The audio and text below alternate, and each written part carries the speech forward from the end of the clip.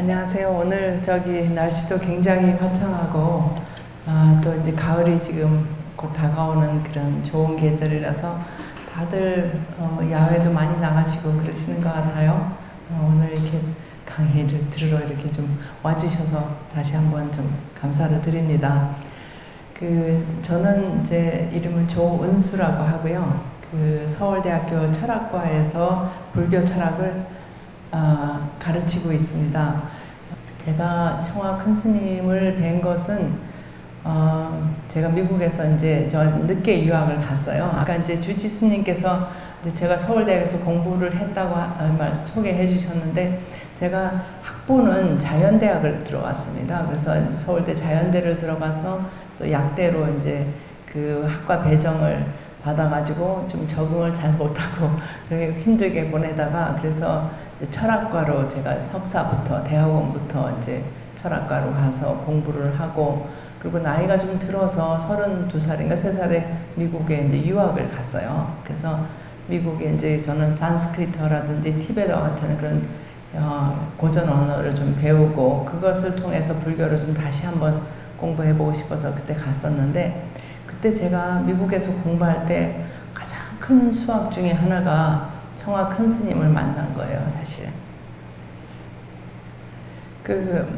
스님을 처음 뵌 거는, 기분이, 94년에 스님께서 미국에 이제 오셨을 때, 저가 이제 있는 공부하던 대학이 버클리 대학이었는데, 거기서 이렇게 다리만 건너면은 샌프란시스코 시내가 있어요. 그 시내 안에 재팬타운이 있습니다. 그 재팬타운 안에 미야코 호텔이라는 아주 옛날 호텔이 있어요. 일본 사람들이 만든 미야코 호텔. 거기에서 수계법회를 하셨어요, 스님께서. 그래서 크게 수계법회가 하여튼 그 근처에 베이에어리아에 있는 불교인뿐만 아니라 그렇게 한국에서 그런 고승이 오셔서 그렇게 수계법회를 한 적이 없었어요. 제가 기억하고 듣기로는 오랫동안. 그래서 스님이 이제 수계법회를 한다니까 멀리서도 이렇게 많이 와가지고 미야코 호텔의 컨벤션 거기에 한 1000명 모였던 것 같아요. 그래서 수계법회를 하는데, 그때 참 근처에서 이제 미국에서 포교하시는 스님들도 있고, 또 미국에 와서 이렇게 공부하시는, 유학하시는 스님들이, 젊은 스님들도 계셨어요. 그 스님들이 보통 때는 이제 학교 다니신다고 머리도 잘 안 감고 막 수염도 더부룩하게 옷도 그냥 등산하시고 이렇게 다니시다가, 또 이제 스님이 오셔서 수계법회 한다 그러니까 머리를 싹 감고 이제 단정하게 해가지고, 그렇게 그런 스님이 한 20분이 이렇게 다 오셨습니다. 사방각지에서. 그래가지고 스님이 앞에 딱 서시고 그분들이 뒤에 이렇게 서서 장엄하게 수계법회를 했는데, 너무 그게 거룩했어요. 그래서 거기 모이는 분들이, 저도 그때 처음 스님 뵀거든요. 그런데 그때 근데 이제 보살들이 한 1000명이나 모이다 보니까 막 중간에 와글와글 좀 떠들었어요.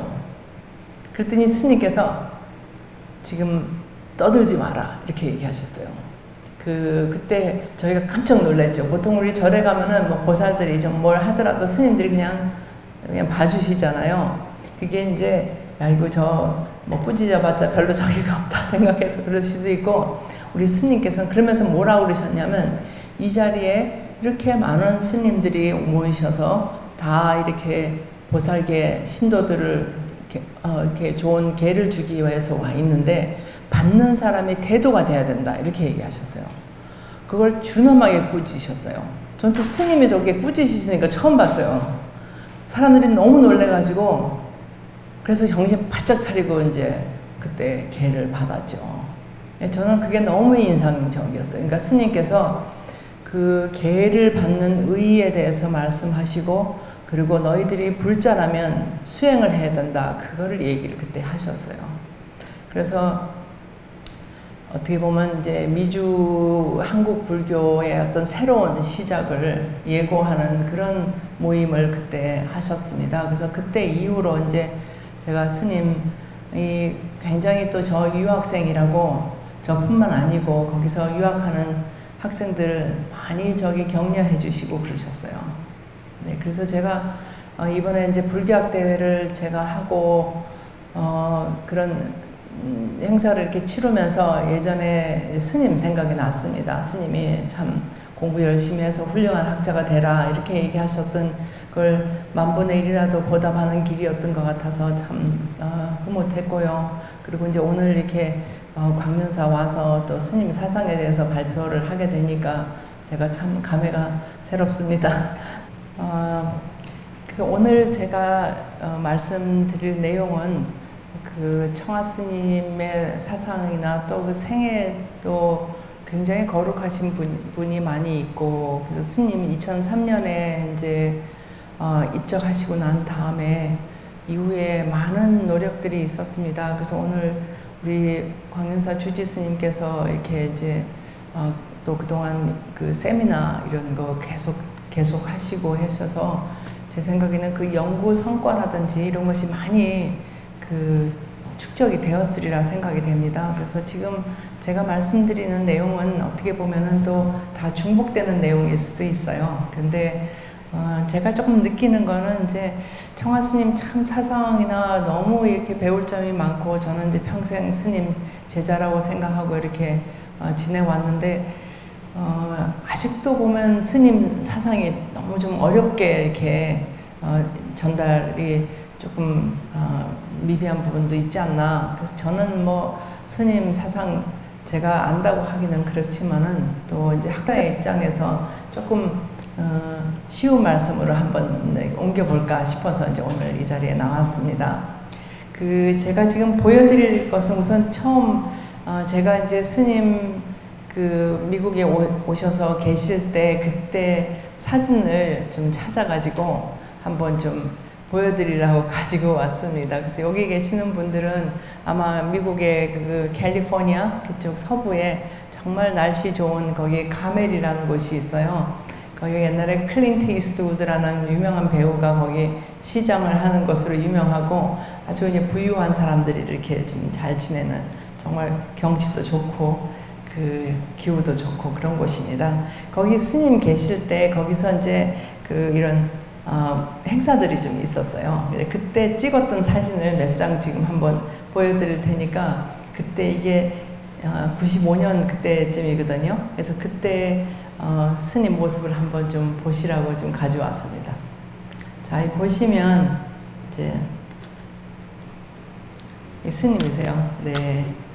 스님은 언제나 이렇게 참 애구 어른이고 정말 남녀노소를 가르치지 않고 그렇게 언제나 오는 사람을 참 환영해 주셨어요. 저도 이제 큰애가 그때 초등학교 다니고 있었는데 우리 큰애한테 언제나 그렇게 애들한테도 언제나 존댓말을 이렇게 쓰시고 언제나 격려를 해 주셨어요. 그래서 걔가 커서도 그 스님을 언제나 기억을 하고 있습니다. 여기 지금 보시면은 많은 신도들이 와서 이렇게 스님을 보는 그 참 시선이 보시면 알겠지만 참 간절하고 뭔가요? 보시면은 참 그 존경에 가득 찬 그런 모습을 여기서 보실 수 있습니다. 여기 지금 사진에 잘 안 나타났는데 그 밑에 계시는 분이 이제 그 미스터 그로잔이라고 지금 좀 이따 소개할 그 강옥구 선생님 작가분이신데요. 그분이 또 거기서 그 생화학자로서 유명한 과학자셨어요. 남편은 또 유명한 언어학자고. 그래서 그 두 분이 스님의 사상을 영어로 이렇게 알리는데 굉장히 큰 공헌을 했습니다. 그래서 그분들 사진도 여기에 있고요. 그래서 외국 사람들도 와서 스님 사상을 알 수 있도록 그런 역할을 해주셨어요. 그래서 스님께서는 이제 한국에서 오신 스님들이 영어를 빨리 배워가지고 이렇게 그런 불교를 펴기를 원하셨지만 그게 바로 하루아침에 되는 일이 아니지 않습니까? 그래서 그때 그 강옥구 선생님이 큰 노력을 참 하셨어요. 미스터 그로잔하고. 그래서 오늘 제가 이제 이 사진 보여드리고 그 강옥구 선생님이 옛날에 청하 스님을 인터뷰한 자료가 있어요. 그거를 한번 소개해 드리려고 합니다. 그래서 다른 어떤 스님의 저술보다도 훨씬 더 뭐랄까 스님께서 직접 육성으로 대답하신 거예요. 그래서 스님의 사상을 더 쉽고 간결하게 아실 수가 있습니다. 그래서 제가 몇 가지 주제로 그렇게 분류를 해서 소개를 드리도록 하겠습니다. 이게 이제 스님 여기 이제 가사를 이제 벗으시고 여기 하던 이런 모습이고요. 옆에 저 광전 스님이 시자하시고 가사 적고 있는 모습이 있으시네요. 이제 이거는 그때 이제 계시던 스님들 사진이요. 이제 아시는 뭐 무상 스님, 뭐 동선 스님, 여기는 이제 보살들이 그때 고생하고 그러던 모습입니다. 이 스님께서 이제 끝내고 이렇게 광전 스님 사진이고요. 참으로 흐트러짐이 없으셨어요. 그리고 이제 이게 다 아시는 스님들이시죠. 동선 밑에 있는 거 접니다. 그게 굉장히 젊었죠. 그때는 학생 때였어요. 제가 유학생일 때 단발머리하고 그렇게 찍었던 사진이 여기 있습니다. 제가 이거 강연 준비하면서 굉장히 감개무량했어요. 옛날 그 생각이 나고 그때 저희뿐만 아니라 정말 그 큰 스님께서 그 베이 에어리아, 그 베이 지역에 있는 그런 유학생들 참 많이 챙기셨어요. 그리고 큰 스님이 와 계시다는 거하고 안 계시는 거하고는 정말 큰 차이가 있어요.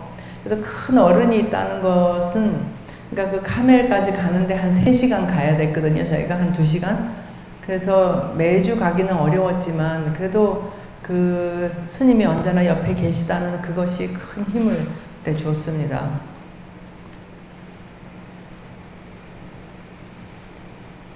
이제 이거는 행사 이제 끝날 때쯤 돼가지고 다들 이렇게 이제 정리하시는 이제 모습입니다. 그래서 다음 이제 그냥 이제 본격적으로 공부에 들어가 보도록 하겠습니다. 제가 오늘 이제 말씀드리려는 거는 이제 스님의 생애나 이런 부분에 대해서는 다들 잘 아시려 생각되는데요. 그래도 이제 그거를 이렇게 몇 가지 부분으로 좀 나눠서 설명할 수 있지 않을까 생각을 해서 이렇게 조금 정리를 해봤습니다. 근데 그 글씨가 잘 보이지는 않으실 것 같아요. 그죠? 그래서 앞으로 좀 놓으시면 더 좋은데, 스님께서 이제 23년생이시죠. 그죠? 일제시대 때 태어나셨어요. 그러니까 그 당시에 그런 젊은이들이 다 그랬듯이 스님도 그 젊은이로서 이제 자기 정체성 이런 것을 찾기 위해서 굉장히 고민을 많이 하셨던 것 같고, 그런 중에서 이제 학문의 길을 택하셔가지고 공부를 많이 하셨습니다. 그래서 한국에서 그리고 일본에서 이제 교육을 받으시고, 그러다가 결국 이제 이 속세에서 어떤 그런 당신이 추구하는 답을 얻을 수 없다 생각하셔가지고 불문에 들어가셨습니다. 그래서 들어가셔서 아시다시피 뭐 제방 그런 큰 절에서 오랫동안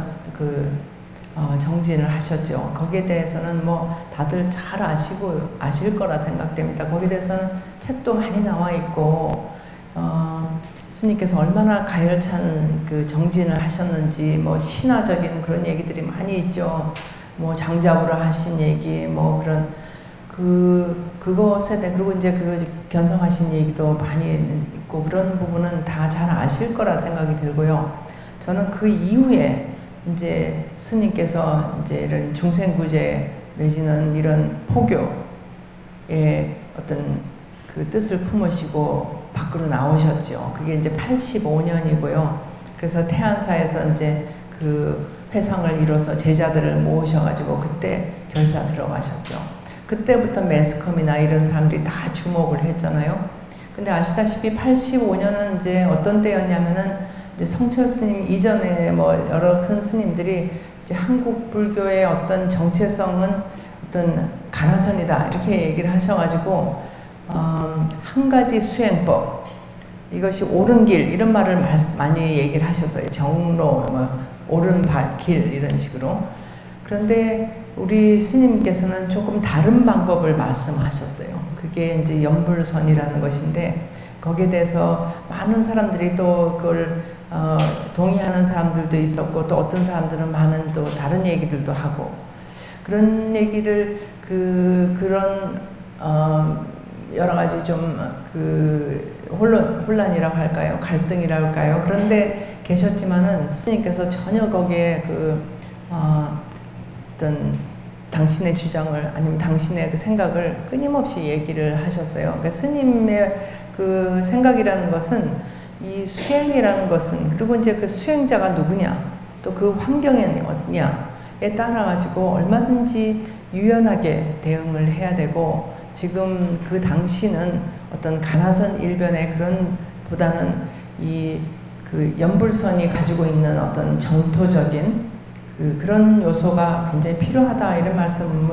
많이 하셨어요. 그래서 정통이라는 말, 비정통이라는 말 이런 대결 구도를 아주 한탄하셨어요. 그 당시에. 그래서 그런 어떤 개방적인 사고방식 스님께서 그런 말씀 많이 하셨습니다. 이게 불교뿐만이 아니고 이슬람, 기독교인도 다 같이 따를 수 있는 그런 진리의 길을 찾아야 된다 이런 말씀 하셨어요. 근데 그 당시의 사회 분위기는 불교, 최상승 뭐 이런 좀 분위기였기 때문에 스님하고 조금 그 스님의 그런 개방적인 태도가 많은 사람들한테 그 다 이해됐던 것은 아니라고 저는 생각을 하고 있습니다. 그래서 이제 스님의 사상을 갖다가 제가 이제 이렇게 뭐 그냥 저술로 한번 중심으로 해서 한번 이렇게 정리를 조금 해보았는데요. 이제 스님의 그 사상을 따로 이렇게 엮은 책들도 많이 있지만은 그 스님의 사상을 이렇게 세 가지로 대별해서 이렇게 보신다면은 이렇게 설명할 수 있지 않을까 이렇게 제가 나눠봤습니다. 첫 번째는 이제 스님께서 그 스승으로 하신 금타화상께서 쓰신 그 이제 금강심론이라는 이 책이고요.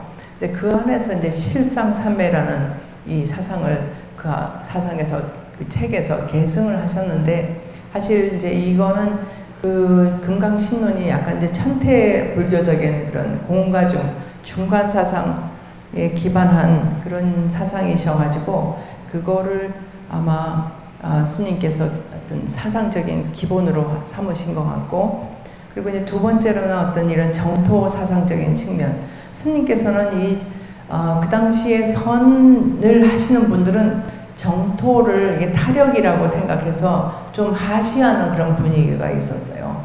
근데 스님께서는 정토 삼부경 그걸 역주를 하시면서 거기에 대해서 다르게 해석을 하셨습니다.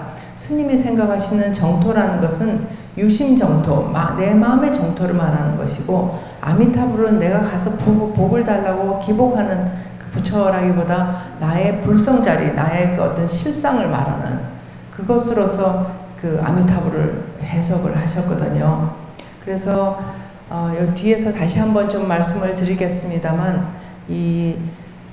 스님께서 하신 말씀이세요. 그래서 부처님으로부터 베풀어지는 그런 타력 그리고 자기 수행의 자력 이것이 감응해야 된다 이런 말씀을 하셨어요.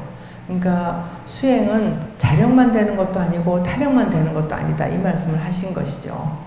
그게 참 중요한 가르침이었다고 생각이 들고요. 당시에는 그런 가나선 이런 것을 통해서 막 깨달음 막 지상주의 그런 시절이어가지고 아마 이런 스님께서 그런 시대 상황에 맞게 이런 말씀을 하신 거라고 저는 이제 생각을 했습니다. 그리고 이제 세 번째 다른 입장 또 들 수 있는 거는 그 잘 아시는 정통성의 그 정통선의 향원이라는 책이 있고요. 그리고 원통불법의 여체 이번에 그 개정판이 이렇게 정말 아주 멋있게 잘 나왔던데요. 그 두 책이 이제 스님의 사상의 아주 기본을 담고 있는 책인데 특히 그 원통불법의 여체 거기 보시면은 그 당시에 또 한참 학자들 간에 아니면 스님들 간에 많은 논쟁이 있었던 도노점수냐 뭐 도노돈수냐 이런 거에 대한 그 입장을 표명을 하셨어요. 스님께서는 먼저 선호후수다 이렇게 얘기하셨습니다. 먼저 이해하고 깨침이 있어야지 그 다음에 수행을 한다 이렇게 말씀을 하셨어요. 그래서 그 입장을 그 책에서 이제 발표를 하셨고 그리고 이제 마지막으로 육조단경을 통해서 스님의 그 선사상을 전체로 이렇게 보이셨는데 저는 그때 스님 어디 계실 때는 성륜사가 하여튼 스님 돌아가시기 직전에 제가 한번 뵀는데 그때 스님께서 그 육조단경 막 끝내셔가지고 책을 주셨던 걸 받아와서 제가 봤던 기억이 있습니다. 그리고 이제 스님께서 이제 한국에서 굉장히 아까 이제 85년에 그렇게 해서 완전히 혜성 같은 존재였고, 정말 한국 불교에 큰 회오리 바람을 몰고 오셨죠. 그리고 스님께서 자신감을 가지시고 이제 특히 이제 미국을 어떤 세계 이런 사상 내지는 종교계의 중심지다 이렇게 생각하셔서 거기에 이제 불법을 전하겠다 이렇게 큰 원력을 가지시고 미국에 오셨습니다. 그래서 미국에 이제 금강선언도 설립하시고 또 카멜에 이제 제가 아까 그 사진 보여드린 그 삼보사에도 주석하시고 하시면서 이제 캘리포니아에서 이런 대중 포교를 시작을 하셨죠. 네. 그래서 지금 이제 제가 오늘 말씀드리고자 하는 것은 강옥구 선생님 사진을 제가 좀 보여드렸으면 좋았을 텐데, 강옥구 선생님이 하신 대담 내용입니다. 그게 1994년에 하셨어요. 그래서 그 대담 제목이 청화 큰 스님께서 미국에 오신 뜻은, 이렇게 저희가 이름을 붙였습니다. 그리고 질문하고 대답하고 이렇게 돼 있어요. 그래서 그거를 맥복지를 제가 뽑아가지고 그렇게 간단히 말씀을 좀 드릴게요. 우선 스님께서 이제 이렇게 하신 거에 대해서 인터뷰를 허락해 주셔서 감사합니다. 달마대사가 동쪽으로 왔는데,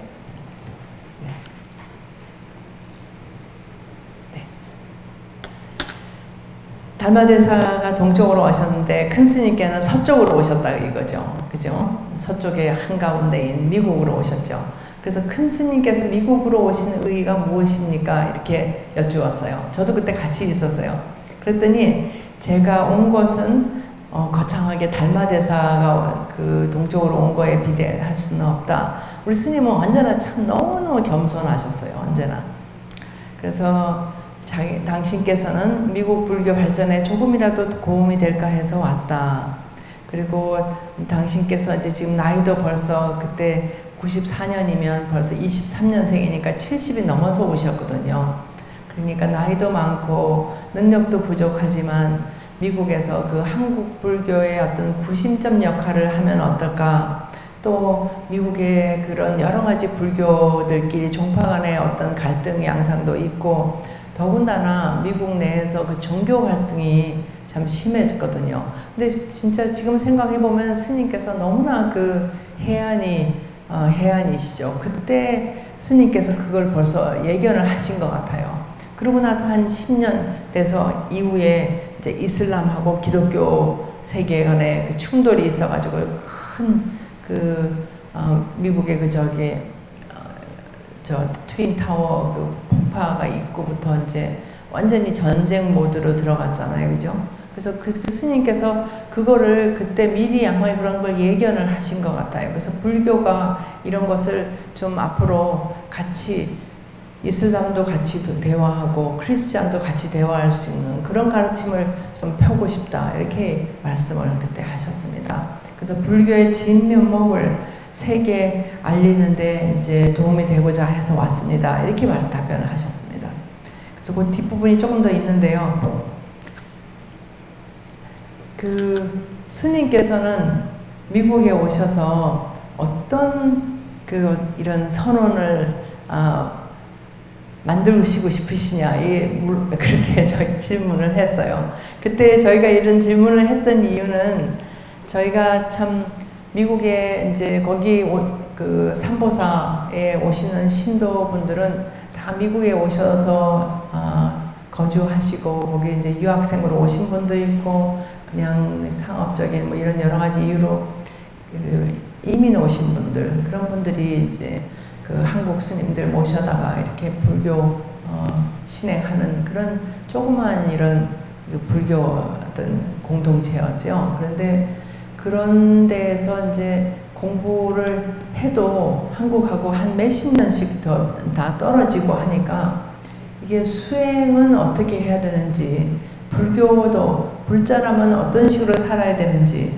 이런 데에 대해서 감이 많이 떨어져 있는 상태였어요. 그래서 어떤 절에 가면 예를 들어서 거기 그분들은 왜 절에 오느냐 이렇게 물어보면 절에 이제 그때 많은 분들이 뭐 식료품 가게 같은 거 하시거든요. 한국마켓.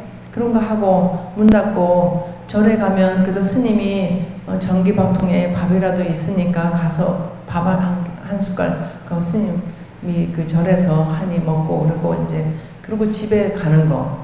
그런 것 때문에 절에 온다 이렇게 얘기하시는 분들도 있었어요. 근데 그것도 큰 포교예요. 사실 스님들끼리 언제나 문 열어놓으시고 거기서 고생하시는 이민 2세대들 그런 분들을 다 맞으셔가지고 그렇게 그동안 한국 불교가 그래서 미국 땅에서 그래도 오래 그렇게 있었던 거죠. 그동안 존속했던 것이죠.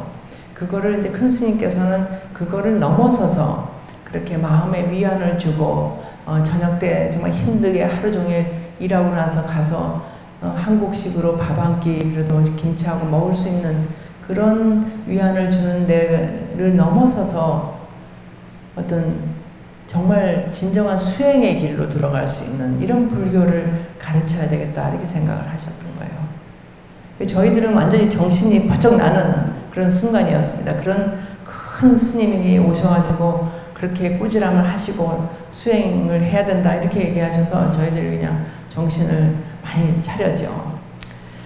그러면서 그때 이제 스님께서 이 말씀하신 부분이 이게 굉장히 그 이후에 스님의 모든 활동을 다 이렇게 좀 정리해서 보여준다 생각이 됩니다.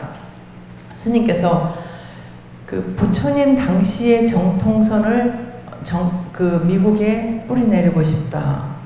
정통선이라는 것은 화두선에도 안 치우치고 목조선에도 안 치우치고 연불선에도 안 치우치고 모두 가지고 있는 어떤 불심자리, 중도 실상의 불성자리.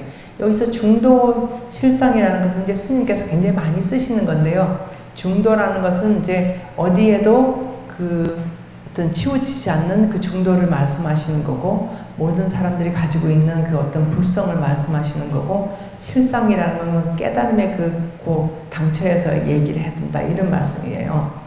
그래서 그런 식으로 어떤 선을 밝히고 싶다. 그렇다면은 크리스찬이나 이슬람 믿는 사람들도 같이 공감할 수 있지 않겠는가. 이런 포부를 그때 밝히셨어요. 근데 그게 너무 좀 어려운 일이긴 했어요, 사실. 그 스님 너무 또 일찍 돌아가시고, 그래서, 저희들이 굉장히 정말 죄송스러운 마음이 참 많습니다. 스님의 그런 큰 포부를 저희들이 같이 이렇게, 돕지 못해서 그 마음이 좀 그렇습니다만 스님께서 이제 그래도 그때 그런 시도하신 거 미국에서 포교하시려고 한 15년 정도 거기서 하신 그것이 저는 뭐 헛되지 않았다고 이렇게 생각을 하고 있습니다. 그래서 이제 이 중도 실상의 진여불성이란 이 말씀이 스님 사상의 가장 요체라고 할 수 있죠. 그래서 그 말이 무슨 말인지 저도 잘 모르지만 한번 스님의 이게 말씀이니까 그냥 한번 소개를 좀 하도록 하겠습니다. 그래서 이제 강옥구 선생님이 뭐라고 물어봤냐면 미국에선 선이라고 그러면 일본 젠을 말한다. 임재선이라든지 조동종의 그런 묵조선을 말하는데 지금 큰 스님 말씀에 따르면은 연불이나 선이나 다르지 않다는 말씀이신가요? 이렇게 물어봤어요. 그랬더니 스님께서 뭐라고 하셨냐면 조동종의 선이나 임재종 선이 다 훌륭하지요. 하지만 그것만 선이고 다른 건 선 아니다 하는 것은 너무 협소한 편협한 마음이다. 이렇게 얘기하셨어요. 스님 언제나 그렇게 크게 포용성 있게 언제나 말씀을 하셨습니다. 너무 협소한 건 법집이다. 그리고 선이라는 것은 바로 불심을 가리키는 건데 그 불심을 여의지 않으면 다 선이지 않느냐. 그래서 화두 공안을 참고한다 하더라도 불심을 여기지 않아야지 선이지 그렇지 않으면 마음이 분열된 것이니까 그건 선이 아니다. 이렇게 얘기하셨어요. 그래서 스님께서 이 연불의 그 의미를 제일 밑에 얘기를 하셨습니다. 연불을 하더라도 연불의 본뜻이 부처를 생각하고 일체가 부처라는 것을 아는 것. 그래서 부처님이 극락세계만 가신다든지 이렇게 생각해서는 안 된다는 거죠. 그러니까 우리 마음을 떠나서 마음 밖에 부처가 있다. 그거는 옳지 않다고 얘기하셨어요. 그래서 연불선이라는 것은 당신 중도 실상의 어떤 진여불성자리, 그것에 있는 부처를 그것이 부처님이라고 생각하고 그것을 관하고 그것을 염하는 그것이 염불이라고 말씀을 하셨어요. 그래서 내 마음의 자성, 내 마음의 본체가 바로 부처님이고 우주 만유의 실상이 바로 부처님이다. 이렇게 생각한다면 이것이 바로 염불선이다. 이렇게 정의를 해주셨습니다. 그래서 그 다음에 조금 더 이제 그거를 같이 한데 모아서 염불선과 중도와 실상 그 세 가지를 한꺼번에 모아서 이렇게 설명을 하셨어요. 그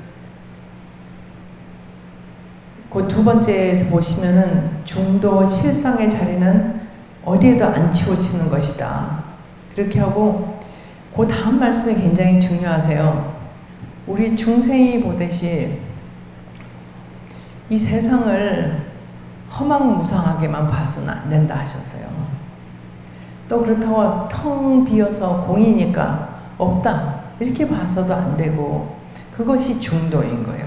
어디에 치우침이 없이 이렇게 보는 것이고 그것이 그런 어떤 양쪽의 단견 그러니까 부처님께서도 그렇게 얘기하셨잖아요. 단견을 넘어서고 상견을 넘어서라고 그것을 다 넘어선 그 자리에 모든 성자들이 다 체험하는 그러니까 종교가 다르다 하더라도 그 체험은 다 같다고 생각하신 것 같아요. 스님께서. 그래서 그런 모든 성자들이 체험하는 참다운 생명자리 그것이 바로 중도 실상자리다. 일체의 가상을 떠나서 인생과 우주의 본래 생명의 실상자리가 이른바 중도 그러니까 이 세상이 모두 허망하다, 무상하다 아니면 이 세상에 변하지 않는 진리 그것이 상이다 보는 상견하고 단견하고 그 두 가지를 다 여인 그런 중도 실상의 자리를 말씀하신 거죠. 그래서 이 말씀을 이 뒤에 이제 그 번뇌에 대해서도 말씀을 하셨고요. 그걸 말씀을 하시면서 그 선오후수라는 말씀을 여기서 하셨습니다. 먼저 어떤 지혜가 나야 된다고 얘기하셨어요. 그러고 난 다음에 그 수행을 해야지 바른 수행이 된다. 그래서 먼저 바른 이해를 하고 닦는 선오후수가 되어야 바른 수행이 됩니다. 정견이 없이 하는 공부는 부질없는 분별하고 마음이 헷갈리니 참다운 수행이 되기 어렵습니다. 그래서 이런 이해를 먼저 하고 그 다음에 연부를 하든지 화두를 들든지 이렇게 되어서 필경은 실상을 깨닫는 것입니다. 그래서 그 다음 말씀 참 재밌으세요. 우리가 아무리 나무 아미타불을 외운다 하더라도 그 중도 실상 자리를 이해를 못하면 부처님 밖에 어떤 마음 밖에 부처님 계시다 생각해서 그 부처님을 대상적으로 그러니까 실상을 보지 못하고 어떤 상으로서 보는 것이죠. 그 대상적으로 구하는 것이 되겠지요. 그런데 이해를 해버리면 그것을 바로 부처님은 우주 자체구나, 우주의 생명이구나 이렇게 그 단박에 어떤 그런 체험 자체는 못한다 하더라도 그 경계를 지향해서 공부를 차근차근하게 그 방향으로 나아갈 수 있다는 것이죠. 그래서 그런 이해가 먼저 있어야지 방향성을 설정해서 옳은 길로 갈 수 있다. 이렇게 얘기를 말씀을 하셨습니다. 그래서 그러면서 이제 지금 다들 알고 계시는 우리 스님, 우리 이제 큰 스님 말씀 많이 하셨죠. 이 불교 공부는 뭘 위해서 하는 거냐? 안심법문이다. 마음이 막 들끓고 이런 사람들한테 마음을 놓게 하는 그 법문이 그게 바로 이제 부처님 그 법문이라는 그 말씀이 이제 그 달마대사 그 가르침에 나오는 것이라서 안심법문이라고 하던데요. 큰 스님께서 펼치시는 법문도 안심법문인지요? 이렇게 이제 강옥구 선생님이 질문을 했습니다. 그랬더니 스님께서 그렇습니다. 안심법문입니다. 이 상을 떠나는 분별심을 말하는 거예요. 마음이 맨날 들끓는 건 이건 좋은 거, 이건 나쁜 거, 이건 나한테 뭐 어떡하고 그런 생각이 끊임없이 이어지잖아요. 그거가 있는 한에서는 안심이 되지 않는 것이죠. 그죠? 그래서 상을 못 떠나면 자기 몸이 항상 불안스럽고 자기가 예쁜지 젊은지 늙은지 어떤 언제 뭐 죽음이라든지 여러 가지 고민들이 많잖아요. 그죠?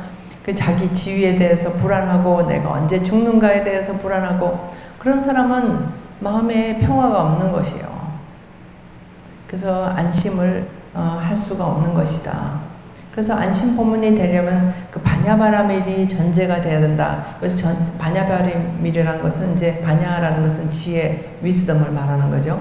바냐의 완성이라는 뜻이 바냐바라밀이라는 뜻이 그 말입니다. 바라밀은 파라미타, 그 완성이라는 뜻인데 그 완성이 뭐냐? 그게 바로 실상자리를 보는 것이죠. 그거를 봐야지 안심이 됩니다. 그래서 이제 해가 스님이 달마대사를 만나가지고 마음이 불안합니다. 그랬더니 불안한 마음을 가져와 봐라. 그랬더니 그 마음이 어디 있는 것도 아니에요. 사실 자기가 만들어낸 상인 것이죠. 그래서 이제 그 얘기를 여기서 지금 스님께서 이렇게 안심법문이라는 이름으로 이렇게 쭉 말씀을 하셨습니다. 그래서 제가 거의 다 이제 소개를 마쳤는데요. 그 금타 스님에 대해서 이렇게 말씀하셨어요. 그 스님께서는 그 스승이신 금타 스님의 어떤 점이 위대하다고 보십니까? 이렇게 얘기하셨어요. 근데 큰 스님의 사상의 기본은 정말 그 스승이신 금타 스님에서 많이 그 계승하신 부분이 있다고 생각이 됩니다. 그 금타 스님께서 우선 과학의 중요성에 대해서 얘기를 했고, 이 현대 사회에서 이 종교와 과학이 같이 만나야 된다는 말씀을 하셨고, 이런 종교 간의 대화에 대해서도 말씀을 그때 하셨어요. 그래서 그 금타화상의 그런 사상이 큰 스님께서 결국 어떤 미국으로 불법을 전하겠다고 생각하신 그 계기가 저는 되었다고 생각하고, 그런 점에서 스님께서는 금타화상에 내리신 가르침을 그걸 잘 실현을 하시려고 어떤 노력을 아주 평생 하셨다고 봅니다. 그리고 이 얘기를 하시면서 이 수행에 대해서 얘기를 하셨어요. 그래서 이제 그 큰 스님은 다들 장자부라하고 일종식 한 걸로 유명하고 그러니까 사람들이 거기에 대해서 관심이 많이 있었어요. 많이 있었습니다만 차마 이제 그걸 또 여쭤보기는 좀 어려운 부분이 좀 있었는데, 이 강호구 선생이 또 미국 사람이라서 그런 거를 딱 대놓고 얘기를 했습니다. 그 금타 스님께서 뭐 장자부라 하라고 가르치셨냐 이렇게 물어본 거죠. 그 수행론 중에 장자부라나 일종식 같은 것이 어디 있느냐. 그랬더니 스님께서 참 다정하게 그때 답변을 하셨어요. 그런 것은 없다. 부처님 수행론에도 장자부라 또는 이런 일종식 같은 거는 말씀 안 하셨다. 부처님의 그 수행의 기본 입장은 중도이기 때문에 고행이나 그런 것도 지나친 향락도 금하셨지만 욕망을 언제나 절제하라 하셨잖아요. 그죠? 그러셨지만 또 그렇다고 그 고행을 하는 것을 금지하셨거든요. 그래서 부처님 수행론은 중도의 가르침에 따른 것이기 때문에 무리하는 것은 가르치지 않으셨다. 그 사람 근기에 따라서 수행하기로 되어 있으니, 그래서 기본적으로 출가 수행자는 이제 오후 불식해서 오후에 먹지 말라고 하는 것이고, 그리고 잠도 아침에 일어나면 밤에 잘 때까지 그냥 눕지 말라는 것이지, 그것이 장자부라하라고 강요한 것이 아니다. 이렇게 딱 답하셨어요. 근데 이제 많은 사람들이 큰 스님의 사상이 무엇인가를 이렇게 가르침이 무엇인가 그 요체를 알기보다는 스님이 뭐 장자부라 하셨대, 뭐 그런 것에 또 뭐 이렇게 많이 끌려가지고 하시는 거에 대해서 스님께서 당신은 그거를 주장하고 그거를 다른 사람한테 하라고 그러신 건 아니라는 거예요. 그래서 자기가 용맹심을 내서 하고 싶으면 할 수 있다는 것이죠. 그래서 그 다음 페이지에 보시면 스님께서 말씀하신 게 있어요. 이 강옥그 씨가 아주 집요하게 물어봤어요. 뭐라 그러냐면, 그럼 스님께서는 40년간 일종식 하시고 장자부라 하시지 않았느냐, 그렇게 딱 얘기를 했어요. 그랬더니 당신 또 어떤 겸손한 말씀으로 그렇게 철저하게 한 것은 아니다. 하지만 원칙은 당신이 그렇게 세웠다 얘기하셨어요. 당신은 이게 당신한테 맞다고 얘기하셨어요. 하루에 한 끼 먹으면 마음이 편하다. 속으로 해서 살려면 하루 3끼 해먹을 수가 없다. 그래서 하루 한 끼만 먹으면 몸이 굉장히 가볍고 그만큼 가볍다는 거는 피순환이 잘 되는 것이고 그래서 하루에 한 끼씩 이렇게 먹었다는 거죠. 그래서 당신께서 그런 원칙을 세우고 그렇게 지키려고 노력을 했지만 어디에 초청이 돼서 가면 그 애써 대접을 하는데 그걸 안 먹으면 또 미안하지 않냐. 이 부처님 생각하고 딱 맞는 생각이세요. 그러면 덜어 먹기도 했다. 이렇게 얘기하죠. 정말 참 자비로우신 말씀이었다고 생각이 들어요. 그래서 그 스님께서는 그러면 그런 수행 방법을 권장하십니까? 이렇게 했더니 권장 안 합니다. 그렇지만 당신에게는 유익했다. 이렇게 얘기하셔서 사람마다 다 다르다는 것이에요. 그래서 어느 정도 그런 공부의 힘을 얻어야지 그렇게 할 수 있는 것이고 이렇게 앉아있으면 몸에 부담이 없고 마음이 고요해지고 또 가만히 있는 만큼 더 맑아지고 하다 보니까 당자부라 자연히 하게 되셨다 이렇게 말씀을 하셨어요. 근데 그게 목표가 아니라는 것이죠. 그냥 수단이고 당신한테는 그게 맞아서 그렇게 했다고 그렇게 말씀하셨습니다. 그래서 그게 부처님께서 말씀하신 그리고 이제 우리 큰 스님께서 언제나 말씀하신 중도 사상에 부합하는 태도라고 저는 생각을 합니다. 그래서 그 다음 이제 슬라이드 가보면 이건 제가 이제 경험을 한 거라서 저 부분을 찾았는데요. 스님께서 이걸 하신 말씀이 있으시더라고요. 이게 뭐냐면 스님께서 이렇게 이제 제가 선문사가 아니고 어디였는지 기억이 안 나요. 사실 제가 2003년 스님 돌아가기 직전에 거기 가서 한번 스님 뵀었는데요. 그때 스님께서 이제 육조단경 책이 나왔다고 그러면서 이제 더 저를 이제 큰 학자가 될 걸로 생각하시고 그냥 그 책을 주셔야 된다고 생각하셔가지고 그거를 이제 가지고 이렇게 방에 가서 그냥 나오셔서 마루를 이렇게 건너오시는데 스님이 이게 마루를 걷는 것 같지 않은 거예요. 공중에 스님 떠서 가시는 것이 이렇게 느껴졌어요. 그때 저도 있었고 저희 언니랑 저희 형부랑 같이 이렇게 갔었는데 그래서 그때 참 이게 도인들은 다 이렇게 떠서 걸으시는가 그렇게 생각을 그때 했었고 제가 또 그런 체험을 언제 또 한 번 했냐면 대만에 가면은 자제공덕회라고 있잖아요. 네, 거기에 그 증엄 스님을 뵀을 때 한 번 또 그런 느낌이 좀 있었어요.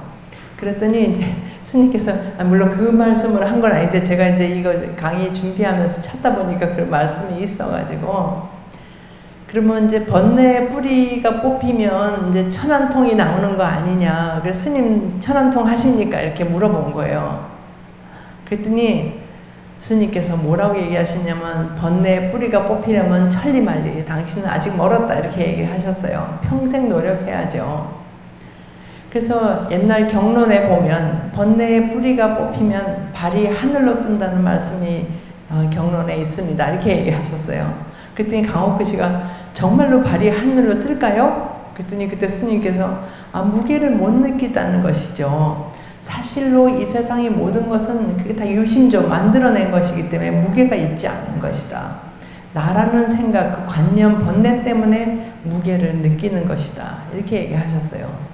그래서 제가 이제 스님이 무게가 있는지 없는지 아니면 스님께서 공중을 걸으셨는지 바닥을 짚으셨는지 사실 그것도 이제 제 상에 따라서 이렇게 본 것이죠. 그렇긴 하지만 제가 그때 스님 뵀을 때는 스님께서 이렇게 공중을 걸어가시는 것이 그렇게 느꼈습니다. 그래서 스님께서 참 그 수행력으로 많은 사람들한테 감화를 주시고 어떤 만남이 그 이후에 어떤 삶의 큰 지침이 되게 이렇게 해주셨던 것 같습니다. 저도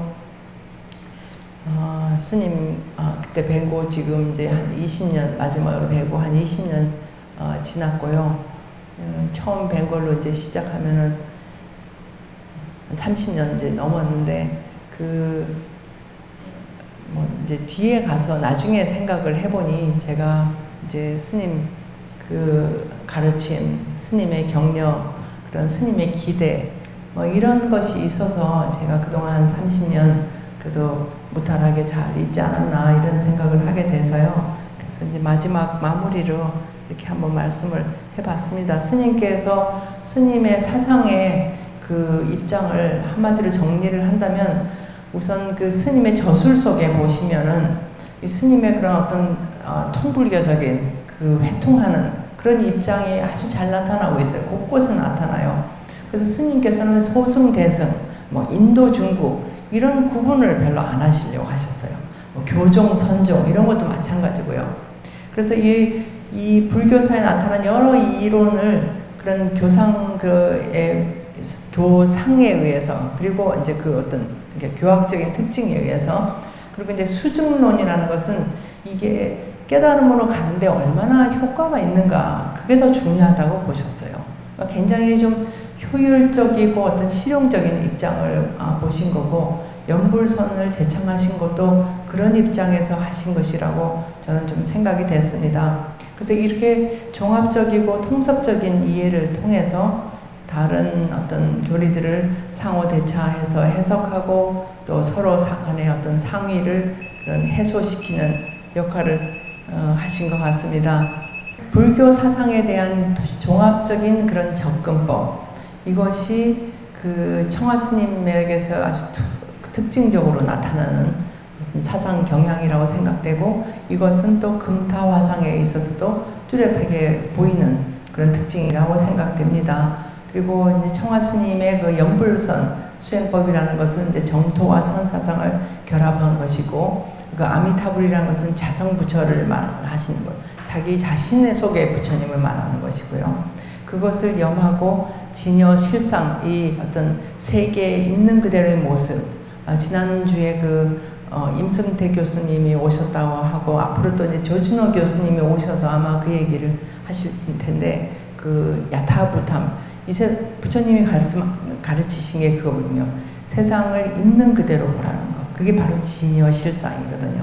그래서 거기에 개합하고자 하는 것으로서 당시 어떤 그런 가나선 일변도의 그 불교계, 한국 불교계에 큰 자극을 주셨다는 것이 그 우리 큰 스님의 어떤 생애와 사상의 의의라고 생각이 됩니다. 그래서 스님께서는 그분의 생애와 그 수행의 족적을 통해서 한국 불교사에 큰 이정표를 세우셨고요. 그의 교학적 특징 그리고 수행법은 앞으로도 많은 그 불교인들에게 지침이 되어서 한국 불교사의 한 페이지를 기록하게 될 것이라고 생각합니다. 강의를 마무리하도록 하겠습니다. 감사합니다.